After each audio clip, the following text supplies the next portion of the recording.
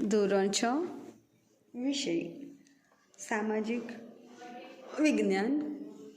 એની અંદર વિદ્યાર્થી મિત્રો આજે આપણે પાઠ 7 ગુપ્ત યુગ અને અન્ય શાસકો વિશે આપણે અભ્યાસ કરવાનો છે। આગળના પાઠની અંદર આપણે મૌર્ય યુગ વિશે જોયું હતું કે આમાં ચંદ્રગુપ્ત મૌર્ય, તેનો પુત્ર બિંદુસાર અને બિંદુસારનો પુત્ર સમ્રાટ અશોક વિશે આપણે જોયું હતું। હવે અહીંયા આવે છે ગુપ્ત યુગ અને તેના અન્ય શાસકો।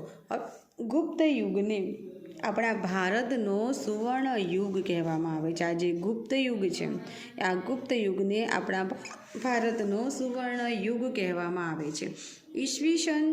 ઈસુની 3જી સદીમાં મગધમાં પ્રભાવશાળી ગુપ્ત વંશની સત્તા સ્થપાઈ। ઈસુની 3જી સદીની અંદર મગધ રાજ્યની અંદર જ્યાં મૌર્ય સામ્રાજ્ય હતું એ પછી શૃંગ વંશનું શાસન આવે છે, પછી આવે છે ગુપ્ત વંશની સત્તા સ્થપાય છે। હવે ગુપ્ત વંશે ભારતમાં રાજકીય એકતા, શાંતિ અને સુરક્ષા સ્થાપી। આજે ગુપ્ત યુગને ભારતનો સુવર્ણ યુગ શા માટે કહેવામાં આવે છે? કારણ કે ગુપ્ત વંશે ભારતમાં રાજકીય એકતા, પછી શાંતિ અને સુરક્ષા સ્થાપી હતી અને એક અપૂર્વ સમૃદ્ધિ ગુપ્ત યુગ દરમિયાન આવી હતી અને એના કારણે ગુપ્ત યુગને ભારતનો સુવર્ણ યુગ કહેવામાં આવે છે। હવે સુવર્ણ યુગ એટલે શું? કોઈ પણ યુગને આપણે સુવર્ણ યુગ ક્યારે કહીએ? કોઈ પણ યુગ હોય તો એ યુગને આપણે સુવર્ણ યુગ ક્યારે કહી શકીએ છીએ? તો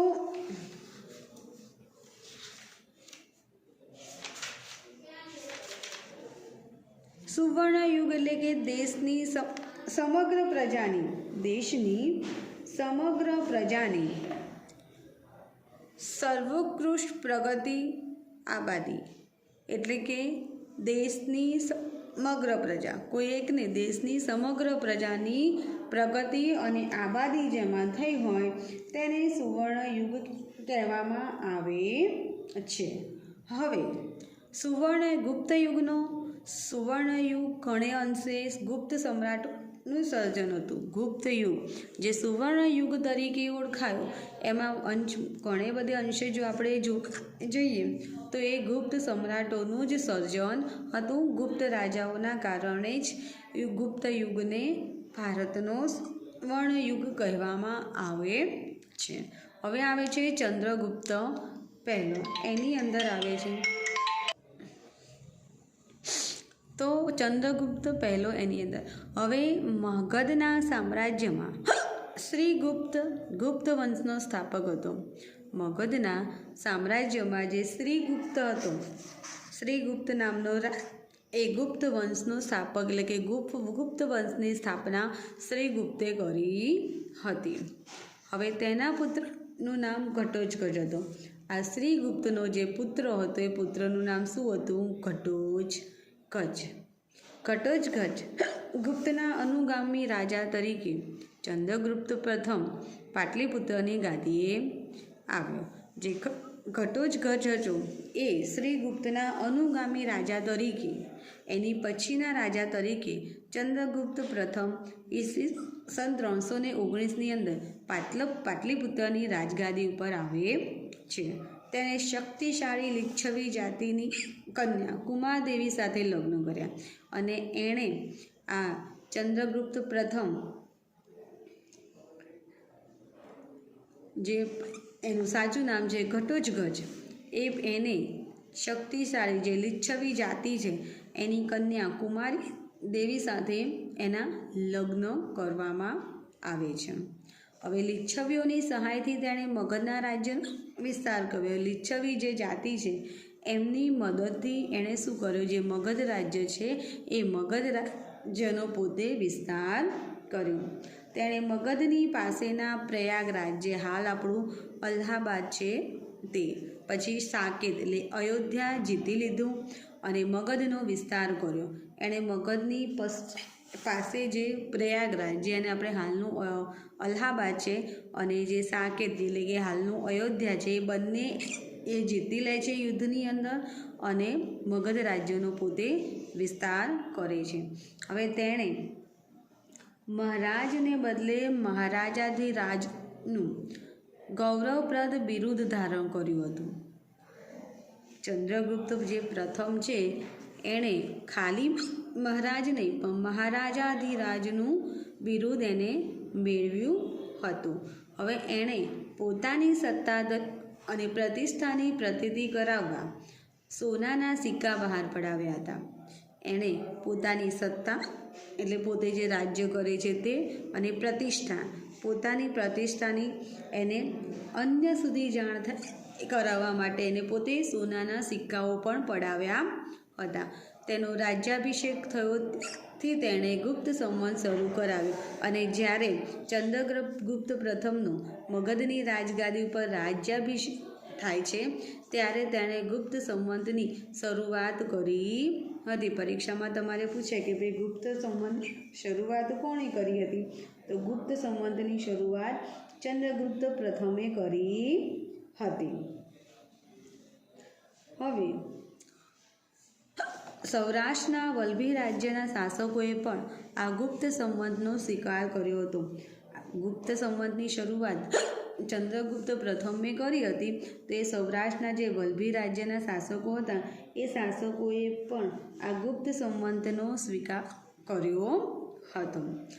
હવે ગુપ્ત સંવતના આરંભના કારણે આજે આપણા હિંદના ઇતિહાસ કાળગણના અને કાળક્રમ અનુસાર ઐતિહાસિક બનાવોની ગોઠવણી શક્ય બની છે. આજે ગુપ્ત સંવતની શરૂઆત ચંદ્રગુપ્ત પ્રથમે કરી એના કારણે આપણા હિંદના ઇતિહાસની અંદર જે કાળગણના આપણે કરીએ છીએ તે સમય અને જે કાળક્રમ અનુસાર જે ઐતિહાસિક આ જે બનાવો છે એ બનાવોની ગોઠવણી કરવી શક્ય બની છે. જો ગુપ્ત ની શરૂઆત કરવામાં ન આવી હોત તો આજે ના તો આપણે કાળગણના કરી શક્યા હોત કે ના તો ઐતિહાસિક જે બનાવો છે એ બનાવોની આપણે ગોઠવણી કરી શક્યા હોત. હવે આવે છે સમ્રાટ સમુદ્રગુપ્ત. હવે ચંદ્રગુપ્ત પ્રથમના અવસાન પછી તેનો પુત્ર સમ્રાટ સમુદ્રગુપ્ત એ પોતે મગધની રાજગાદી ઉપર આવે છે. જો સમ્રાટ ચંદ્રગુપ્ત પહેલો મગધ સામ્રાજ્યમાં ગુપ્ત વંશની સ્થાપના કરી શ્રીગુપ્તે. એનો પુત્ર ઘટોત્કચ એ ગુપ્તના અનુગામી રાજા તરીકે ચંદ્રગુપ્ત પ્રથમ એ પાટલીપુત્રની રાજગાદી ઉપર આવે છે અને એણે લિચ્છવી જાતિની કન્યા કુમારદેવી સાથે પોતે લગ્ન કરે છે. લગ્ન કર્યા બાદ એને લિચ્છવીઓની મદદથી મગધ રાજ્યનો એને વિસ્તાર કર્યો. એ મગધની પાસે જે પ્રયાગરાજ અને સાકેત બંને જે રાજ્યો હતા એ રાજ્યો સાથે યુદ્ધ કરી અને યુદ્ધમાં એ બંને રાજ્યોને જીતી લે છે અને મગધ રાજ્યનો પોતે વિસ્તાર વધારે છે. હવે એણે સામાન્ય રીતે મહારાજા તરીકે ઓળખાય છે પણ એને મહારાજાધિરાજનું બિરુદ પ્રાપ્ત કર્યું હતું. હવે એણે પોતાની સત્તા અને પ્રતિષ્ઠાની અન્યને જાણ કરાવવા માટે થઈને એને સોનાના સિક્કાઓ પણ બહાર પડાવ્યા હતા. જ્યારે ચંદ્રગુપ્ત પ્રથમનો રાજ્યાભિષેક થયો ત્યારથી તેણે ગુપ્ત સંવતની શરૂઆત કરાવી અને ગુપ્ત સંવતની શરૂઆતના કારણે જ આપણા હિન્દના ઇતિહાસની અંદર કાળગણના અને કાળક્રમ અનુસાર આપણે ઐતિહાસિક જે બનાવો છે ઐતિહાસિક બનાવોની આપણે ગોઠવણી પણ કરી શકીએ છીએ. હવે આવે છે સમુદ્રગુપ્ત. ચંદ્રગુપ્ત પ્રથમ પછી તેનો પ્રતાપી પુત્ર સમુદ્રગુપ્ત ગાદીએ આવ્યો. ચંદ્રગુપ્ત પ્રથમના અવસાન પછી તેનો જે પુત્ર છે સમ્રાટ સમુદ્રગુપ્ત એ પોતે મગધની રાજગાદી ઉપર આવે છે. હવે સમુદ્રગુપ્તના સમયની જે માહિતી છે એ પ્રયાગરાજનો સ્તંભલેખ જેને પ્રયાગ પ્રશસ્તિ અને તેના સિક્કાઓમાંથી મળે છે. હવે આ સમુદ્રગુપ્ત છે એના સમયની જે માહિતી છે પ્રયાગરાજનો જે સ્તંભલેખ છે જેને પ્રયાગ પ્રશસ્તિ તરીકે ઓળખવામાં આવે છે અને તેના સિક્કાઓથી એના વિશેની માહિતી મળે છે. આ પ્રશસ્તિ રાજકવિ હરિસેણે રચી છે અને આજે પ્રયાગરાજની અંદર જે પ્રયાગ પ્રશસ્તિ જે સ્તંભલેખ છે એ રાજકવિ હરિશેણે રચેલી છે. તેમાં સમ્રાટ સમુદ્રગુપ્તના દિગ્વિજયો, એમને મેળવેલા વિજયો અને સાંસ્કૃતિક સિદ્ધિઓનું વર્ણન કરવામાં આવેલું છે. આજે હરિશેણે જે પ્રશસ્તિ જે રચના કરી છે એની અંદર સમુદ્રગુપ્તે જે વિજયો મેળવ્યા છે વિજયોની માહિતી છે અને સાંસ્કૃતિક સિદ્ધિઓ જે એને મેળવેલી છે એ સાંસ્કૃતિક સિદ્ધિઓની માહિતી પણ એની અંદર મળી રહે છે. તેણે ખૂબ જ ઓછા સમયમાં ઉત્તર ભારતના મોટા ભાગના રાજ્યોથી માંડી અફઘાનિસ્તાનના કુશાણ શાસનતંત્ર સુધી તેની વિજય યાત્રા કરી હતી. હવે સમ્રાટ સમુદ્રગુપ્ત એવો રાજા હતો કે એને રાજગાદી ઉપર આવ્યા પછી ખૂબ જ ઓછા સમયની અંદર જ એને ઉત્તર ભાગના જે મોટા ભાગના રાજ્યો છે એ રાજ્યોથી માંડીને છેક અફઘાનિસ્તાનના કુશાણ વંશના શાસનતંત્ર સુધી એણે પોતાની વિજય યાત્રા કરી હતી. એટલે ત્યાં સુધી એને પોતે મગધ સામ્રાજ્યનો વિસ્તાર કર્યો હતો અને પોતે એ રાજ્યને યુદ્ધમાં એણે જીત્યા પણ હતા. હવે દક્ષિણમાં લગભગ 12 જેટલા રાજાઓને હરાવ્યા હતા. હવે દક્ષિણની અંદર જે સમુદ્રગુપ્ત છે એણે દક્ષિણની અંદર જે 12 જેટલા જે રાજાઓ છે એ રાજાઓને એણે હરાવ્યા હતા.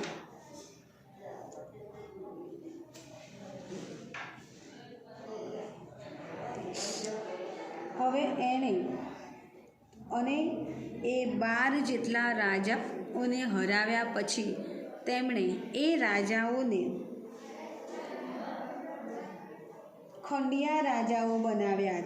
ખંડિયા રાજા એટલે કે એ પોતે રાજ્ય કરી શકે છે પણ પોતે કોઈપણ પ્રકારની સત્તા ધરાવતા નથી. સમ્રાટ સમુદ્રગુપ્ત કે એ પ્રમાણે એમણે ત્યાં વહીવટ કરવો પડતો, રાજ્ય ચલાવવું પડે છે. એટલે એમણે આ રાજાઓને હરાવીને તેમના રાજ્યોને ખાલસા કરવાની જગ્યાએ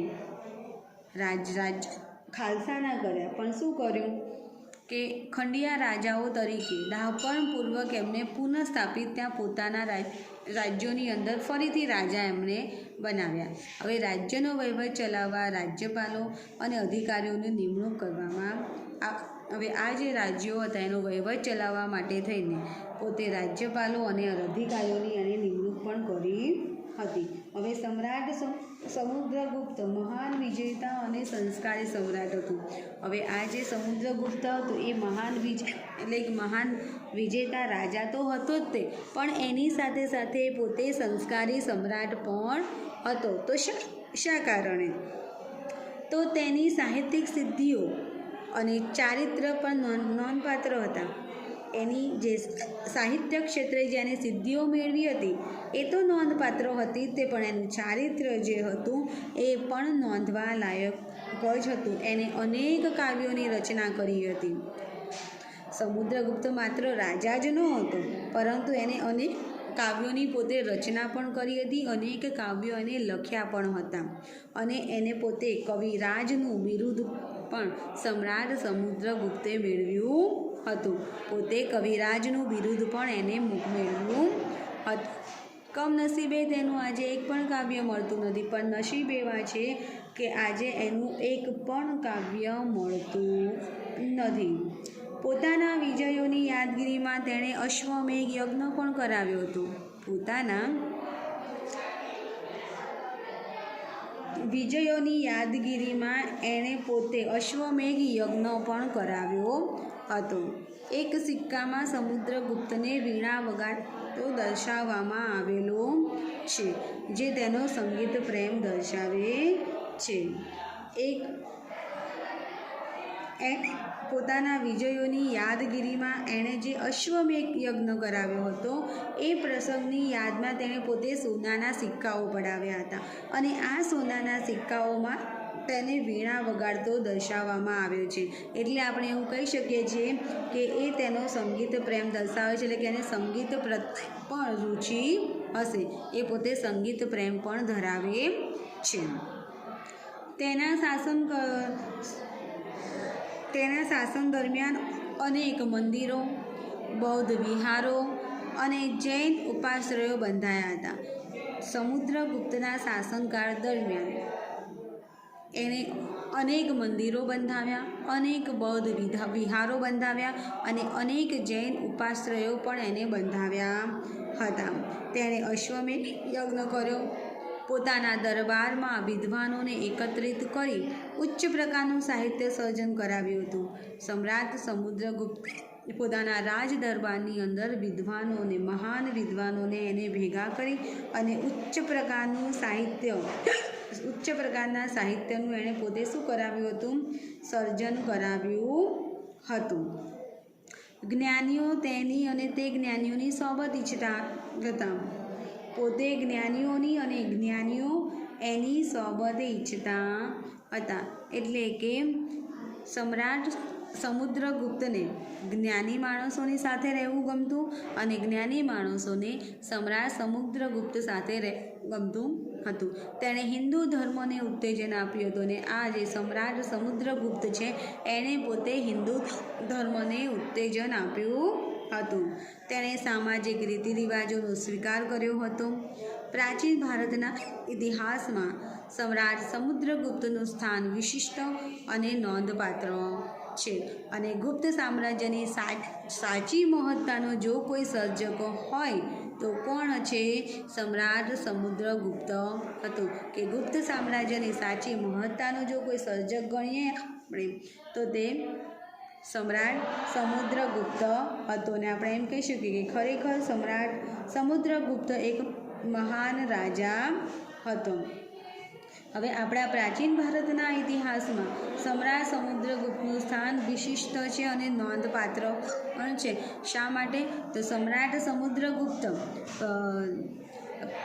ચંદ્રગુપ્ત પ્રથમના અવસાન પછી પોતે મગધની રાજગાદી ઉપર આવે છે અને એણે પોતે ખૂબ જ રાજગાદી ઉપર આવ્યાના ખૂબ જ ઓછા સમયની અને ઉત્તર ભારતના મોટાભાગના રાજ્યોથી માંડી એને અફઘાનિસ્તાનના કુશાન રાજ્યના શાસનતંત્ર સુધી એને પોતાની સત્તા ફેલાવી દીધી. અને દક્ષિણની વાત કરીએ તો દક્ષિણની અંદર લગભગ એને 12 જેટલા રાજાઓને યુદ્ધની અંદર હરાવ્યા હતા.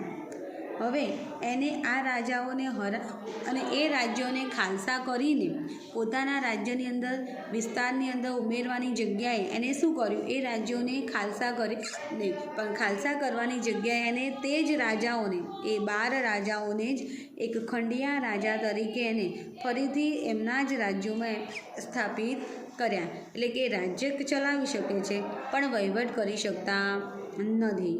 આમ રાજ્યનો વહીવટ ચલાવવા રાજ્યપાલો અને ઉચ્ચ અધિકારીઓની એને નિમણૂક કરી હતી. હવે સમ્રાટ સમુદ્રગુપ્ત એક વિજેતા અને મહાન સંસ્કારી સમ્રાટ હતો. હવે તેનું સાહિત્ય લઈને સાહિત્યની દ્રષ્ટિએ અનેક સિદ્ધિઓ એને સાહિત્ય ક્ષેત્રની અંદર એને અનેક સિદ્ધિઓ એને પોતે મેળવી હતી. એનું ચરિત્ર પણ ખૂબ જ નોંધવા લાયક હતું. એટલે કે આપણે એમ કહીએ કે ચારિત્રની દ્રષ્ટિએ સમ્રાટ સમુદ્રગુપ્ત વ્યવસ્થિત એક રાજા હતો. હવે એણે અનેક કાવ્યોની રચના કરી હતી, અનેક કાવ્યોનું એને સર્જન કર્યું હતું. એટલે કહી શકીએ કે પોતે કવિતાઓ પ્રત્યે રુચિ ધરાવતો હતો અને એના જ કારણે એને કવિરાજનું બિરુદ પણ આપવામાં આવ્યું હતું. પણ આજે એનું એક પણ કાવ્ય મળતું નથી. એટલે કે એનું આજે એક પણ કાવ્ય છે નહીં. હવે એક સિક્કાઓની અંદર એને પોતાને સમુદ્રગુપ્તને વીણા વગાડતો દર્શાવવામાં આવ્યો છે. જ્યારે અશ્વમેઘ એણે પોતે અશ્વમેઘ યજ્ઞ કરાવ્યો હતો. એને જે વિજયો મેળવ્યા હતા યુદ્ધની અંદર, તો એની યાદની અંદર પહેલાં રાજાઓ અમુક સિદ્ધિઓ, અમુક વિજયોની યાદમાં પોતે સિક્કાઓને એવું બહાર પડાવતા હતા. એમ સમ્રાટ સમુદ્રગુપ્તે પણ અશ્વમેઘ યજ્ઞ કર્યો હતો અને એ પ્રસંગની યાદની અંદર એને પોતે સોનાના સિક્કાઓ પડાવ્યા હતા અને આ સિક્કાઓમાં એને વીણા વગાડતો દર્શાવવામાં આવ્યો હતો. અને એને જોઈને આપણે કેવું કહી શકીએ કે પોતે સંગીત પ્રત્યે રુચિ ધરાવે છે. એટલે કે એ એનો સંગીત પ્રેમ દર્શાવે છે. હવે સમ્રાટ સમુદ્રગુપ્તને વિદ્વાનોને રાજ્યાશ્રય આપી તેમની પાસે ઉચ્ચ કોટીની રચનાઓ પણ એમને કરાવી હતી. અને સમુદ્રગુપ્તે હિન્દુ ધર્મને ઉત્તેજન આપ્યું હતું. તેણે સામાજિક રીતિરિવાજો, જે સમાજની અંદર જે સામાજિક રીતિરિવાજો ચાલતા હતા તે રીતિરિવાજોને એણે સ્વીકાર્યા હતા. આમ જોવા જઈએ તો પ્રાચીન ભારતના ઇતિહાસમાં સમ્રાટ સમુદ્રગુપ્તનું જે સ્થાન છે એ ખૂબ જ વિશિષ્ટ અને નોંધવાલાયક છે. અને આપણે ગુપ્ત સામ્રાજ્યની સાચી મહત્તાનો જો કોઈ સર્જક આપણે ગણીએ તો એ પોતે સમ્રાટ સમુદ્રગુપ્ત હતો. ભલે ગુપ્ત વંશની સ્થાપના શ્રી ગુપ્તે કરી હતી, પણ જો એની સાચી મહત્તાનો જો સર્જક આપણે ગણીએ તો પોતે સમ્રાટ સમુદ્રગુપ્ત હતો. હવે પછી આવે છે ત્યાર પછી અહીંયા તમને આકૃતિની અંદર જો ગુપ્ત સમયના શાસનના સિક્કાઓ કેટલાક અહીંયા દર્શાવવામાં આવેલા છે. હવે આવે છે સમ્રાટ સમુદ્રગુપ્ત બીજો વિક્રમાદિત્ય, એટલે સમુદ્રગુપ્તનો પુત્ર ચંદ્રગુપ્ત બીજો, જેને વિક્રમાદિત્યના નામથી પણ ઓળખવામાં આવે છે.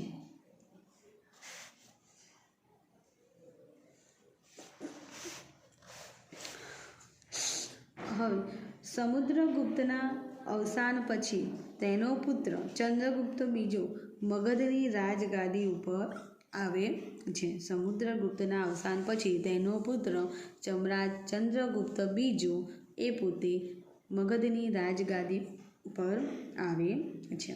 હવે તેણે પિતાએ વારસામાં આપેલા વિશાળ સામ્રાજ્યને સફળતાપૂર્વક સાચવ્યું હતું. એણે વિજયો મેળવીને વારસામાં મળેલા વિશાળ સામ્રાજ્યનો તે વિસ્તાર કર્યો હતો, અને સાથે સાથે અનેક વિજયો મેળવીને સામ્રાજ્યના વિસ્તારની અંદર એને પોતે વધારો પણ કર્યો હતો. હવે ચંદ્રગુપ્ત બીજો એ ગુપ્ત વંશનો સૌથી પ્રતિભાશાળી શાસક હતો. સમ્રાટ ચંદ્રગુપ્ત બીજો એ પોતે સૌથી ગુપ્ત વંશની અંદર જો આપણે જોવા જઈએ તો સૌથી પ્રતિભાશાળી શાસક પોતે હતો. તેના સામ્રાજ્યની સરહદો છેક શક રાજ્ય સુધી વિસ્તરેલી હતી. શક વંશના જે રાજાઓ છે છેક ત્યાં સુધી એના સામ્રાજ્યની જે સરહદો જે છે એ વિસ્તરેલી હતી. તેણે ગુજરાત ઉપર હુમલો કરી શકક્ષત્ર વંશના રાજ્યનો અંત આણ્યો હતો. એણે શું કર્યું? ગુજરાત રાજ્ય ઉપર આક્રમણ કરી, અને આક્રમણ કર્યા પછી એને જે શકક્ષત્ર વંશના જે રાજાઓ હતા એ ગુજરાતની અંદર તે શકક્ષત્ર વંશના રાજ્યનો એને શું કર્યો હતો? અંત લાવી દીધો હતો, અને ત્યાં ગુપ્ત વંશની સ્થાપના કરી હતી. અને આ વિજયની યાદમાં સમ્રાટ ચંદ્રગુપ્ત બીજાને શકારીનું બિરુદ એને ધારણ કર્યું હતું, અને એ પાછળથી પોતે વિક્રમાદિત્ય પણ કહેવાયો હતો. સમ્રાટ ચંદ્રગુપ્ત બીજો પોતે વિક્રમાદિત્ય તરીકે પણ ઓળખાય છે. તેણે 300 વર્ષથી પગદંડો જમાવીને બેઠેલા શકક્ષત્રપોને હાંકી કાઢવા માટે શક્તિશાળી રાજ્યો સાથે લગ્ન સંબંધ બાંધી તેમની મદદથી પોતાનું સૈન્ય બળ વધાર્યું હતું. હવે લગભગ 300 વર્ષથી ગુજરાતની અંદર પોતાની સત્તા જમાવીને જે શકક્ષત્ર રાજાઓ હતા એમને ગુજરાતમાંથી હાંકી કાઢવા માટે સમ્રાટ ચંદ્રગુપ્ત બીજાએ શક્તિશાળી રાજ્યો સાથે એમની કન્યાઓ સાથે લગ્ન સંબંધો બાંધી તેમની મદદથી પોતાનું મજબૂત સૈન્ય બળ વધાર્યું હતું.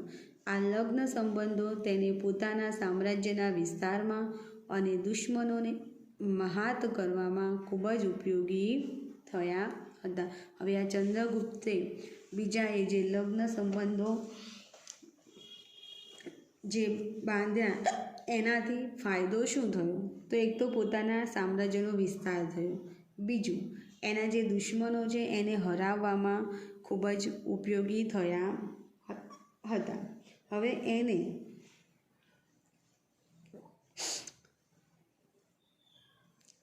તેણે જીતેલો નવો પ્રદેશ ઘણો જ અગત્યનો હતો. હવે શક રાજ્ય પર સત્તા મળતા ગુજરાતના સમુદ્ર કિનારે આવેલા ભરૂચ, અને ખંભાત બંદરો તેના તાબામાં આવ્યા હતા. એને જે ગુજરાતનો જે નવો પ્રદેશ એને યુદ્ધમાં જીત્યો હતો અને ત્યાંથી ક્ષત્રપોની જે સત્તા હતી એને હટાવી હતી. તો એ ગુજરાત અને સૌરાષ્ટ્રના જે સમૃદ્ધ પ્રદેશો ભૃગુ, કચ્છ જે ભરૂચ તરીકે ઓળખાય છે અને સ્તંભ તીર્થ જે ખંભાતના જે ધીકતા બંદરો એ ગુપ્ત સામ્રાજ્યને મળ્યા હતા. અને એના કારણે વિદેશ વ્યાપાર કરીને ગુપ્ત રાજાઓએ પુષ્કળ ધન મેળવ્યું હતું. આ રાજ્યનો આપણા ગુજરાતનો સૌથી લાંબામાં લાંબો દરિયા કિનારો ગુજરાત રાજ્યને મળેલો છે. કેટલો છે? તો કે 1600 કિલોમીટરનો લાંબો દરિયા કિનારો ગુજરાત રાજ્યને મળેલો છે. અને એના કારણે રાજ્યનો જે દરિયાઈ વ્યાપાર છે એ ખૂબ જ વધ્યો અને ગુપ્ત રાજાઓએ અખૂટ સંપત્તિના માલિક પણ બન્યા હતા. એટલે કે તેમણે ટૂંકમાં ગુપ્ત વંશના રાજાઓએ પુષ્કળ ધન આ બંદરોમાંથી મેળવ્યું હતું.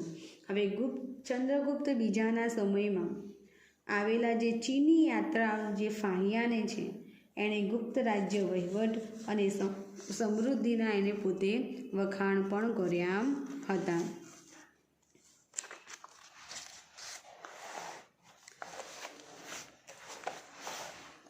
ચંદ્રગુપ્ત બીજાના સમયમાં આવેલો જે ચીની યાત્રાળુ છે ફાહિયાન એને ગુપ્ત રાજ્યના વહીવટ અને ગુપ્ત સામ્રાજ્યની જે સમૃદ્ધિ છે એના વખાણ એને કર્યા હતા. ચંદ્રગુપ્ત બીજો પોતે વૈષ્ણવ ધર્મી હોવા છતાં અન્ય ધર્મો પ્રત્યે ખૂબ આદર ભાવ ધરાવતો હતો. અહીંયા ચંદ્રગુપ્ત બીજો પોતે વૈષ્ણવ ધર્મી હતો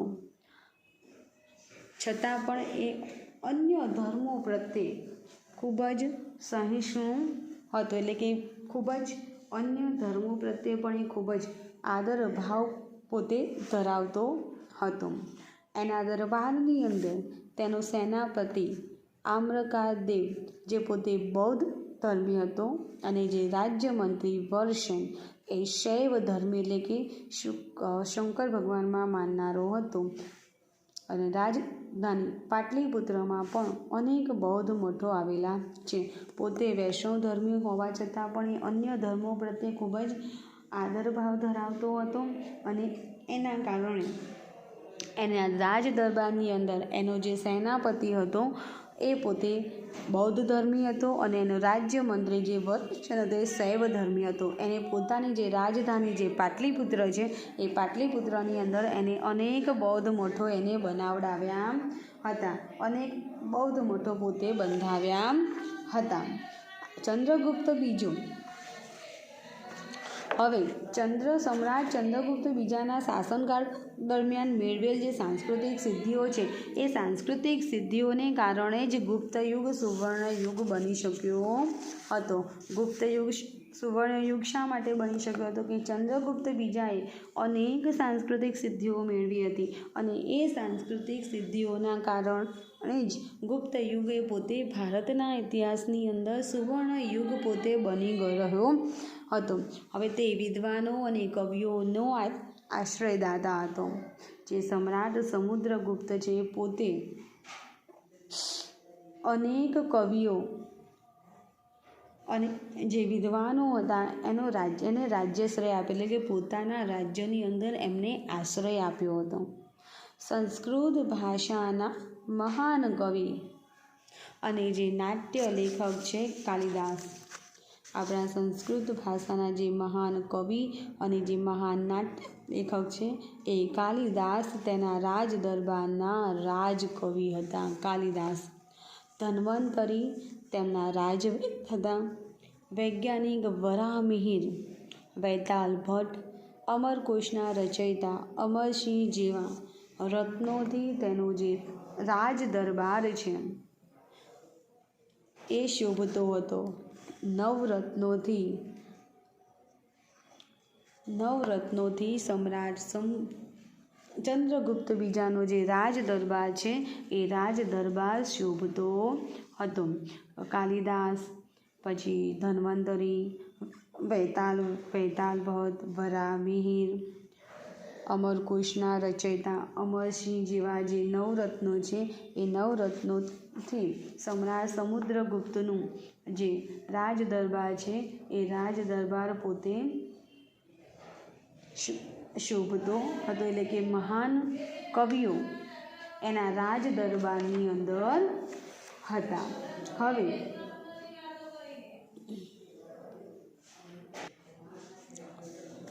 હવે તેના સમયમાં શિલ્પ સ્થાપત્ય અને ચિત્રકલાનો સુંદર વિકાસ થયો હતો. સમ્રાટ ચંદ્રગુપ્ત બીજાના સમયની અંદર શિલ્પ સ્થાપત્ય અને ચિત્રકલાનો સુંદર વિકાસ થયો હતો. તો એણે અજંતાના ઘણા કલા મંડપો તેના સમયમાં તૈયાર થયા હતા. જે આપણે અજંતાની જે ગુફાઓ કહીએ છીએ એના જે કલા મંડપો છે એ એના સમ્રાટ ચંદ્રગુપ્ત બીજાના સમયમાં તૈયાર થયા હતા. તેણે રાજધાની પાટલીપુત્રમાં અનેક બૌદ્ધ મઠો બંધાવ્યા હતા. હવે એનું એક વિશિષ્ટ ઉદાહરણ છે દિલ્હી પાસેનો જે મહેરૌલીનો જે લોહ સ્તંભ છે એ લોહ સ્તંભ ચંદ્રગુપ્ત બીજાના સમયની અંદર બનાવવામાં આવ્યો હતો, જેને સદીઓ સુધી તાપ અને વરસાદ રહેવા છતાં કાટ લાગ્યો નથી. આ મહેરૌલીના લોહ સ્તંભને લગભગ 1600 વર્ષ થવા આવ્યા છતાં પણ આ જે લોહ સ્તંભ છે એને આજ સુધી તાપ અને વરસાદમાં રહેવા છતાં એને કાટ લાગ્યો નથી. નહીં તો સામાન્ય રીતે આપણે જોવા જોઈએ તો લોખંડ એવી વસ્તુ છે કે એને પાણી અડે એટલે એને કાટ આવ્યા વિના રહે નહીં, પણ આ લોહ સ્તંભ એવો છે, લોહ એટલે લોખંડ, આ લોહ સ્તંભ એવો છે કે એને આજ દિવસ સુધી એને કાટ લાગ્યો નથી. હવે તેણે પાટલીપુત્ર ઉપરાંત ઉજ્જૈનને, પાટલીપુત્ર તો રાજધાની હતી જ તે, એની સિવાય ઉજ્જૈનને પણ બીજી રાજધાની એને બનાવી હતી. તેણે રાજ્યને જુદા જુદા વહીવટી એકમોમાં વહેંચી અને રાજ્યનો સુવ્યવસ્થિત વહીવટ એને પોતે ચલાવ્યો હતો. અને લગભગ ઈસવીસન 414ના અરસામાં આ જે મહાન સમ્રાટ છે, મહાન સમ્રાટ ચંદ્રગુપ્ત એટલે કે વિક્રમાદિત્યનું અવસાન થયું હતું. અને એનો જે શાસનકાળ છે એ શાસનકાળ ભારતના ઇતિહાસમાં અનેક રીતે પ્રસિદ્ધ બન્યો હતો. અને એના જ કારણે ભારતના ઇતિહાસની અંદર જે ગુપ્ત વંશ છે એ ગુપ્ત વંશને ભારતના ઇતિહાસનો સુવર્ણ યુગ કહેવામાં આવે છે. તો વિદ્યાર્થી મિત્રો, આપણે આટલે સુધી જ રાખીશું. નેક્સ્ટ પીરિયડમાં આપણે જ્યારે મળીશું ત્યારે ગુપ્ત સામ્રાજ્યનો અંત કેવી રીતે થયો તેના વિશે આપણે આગળ ચર્ચા કરીશું.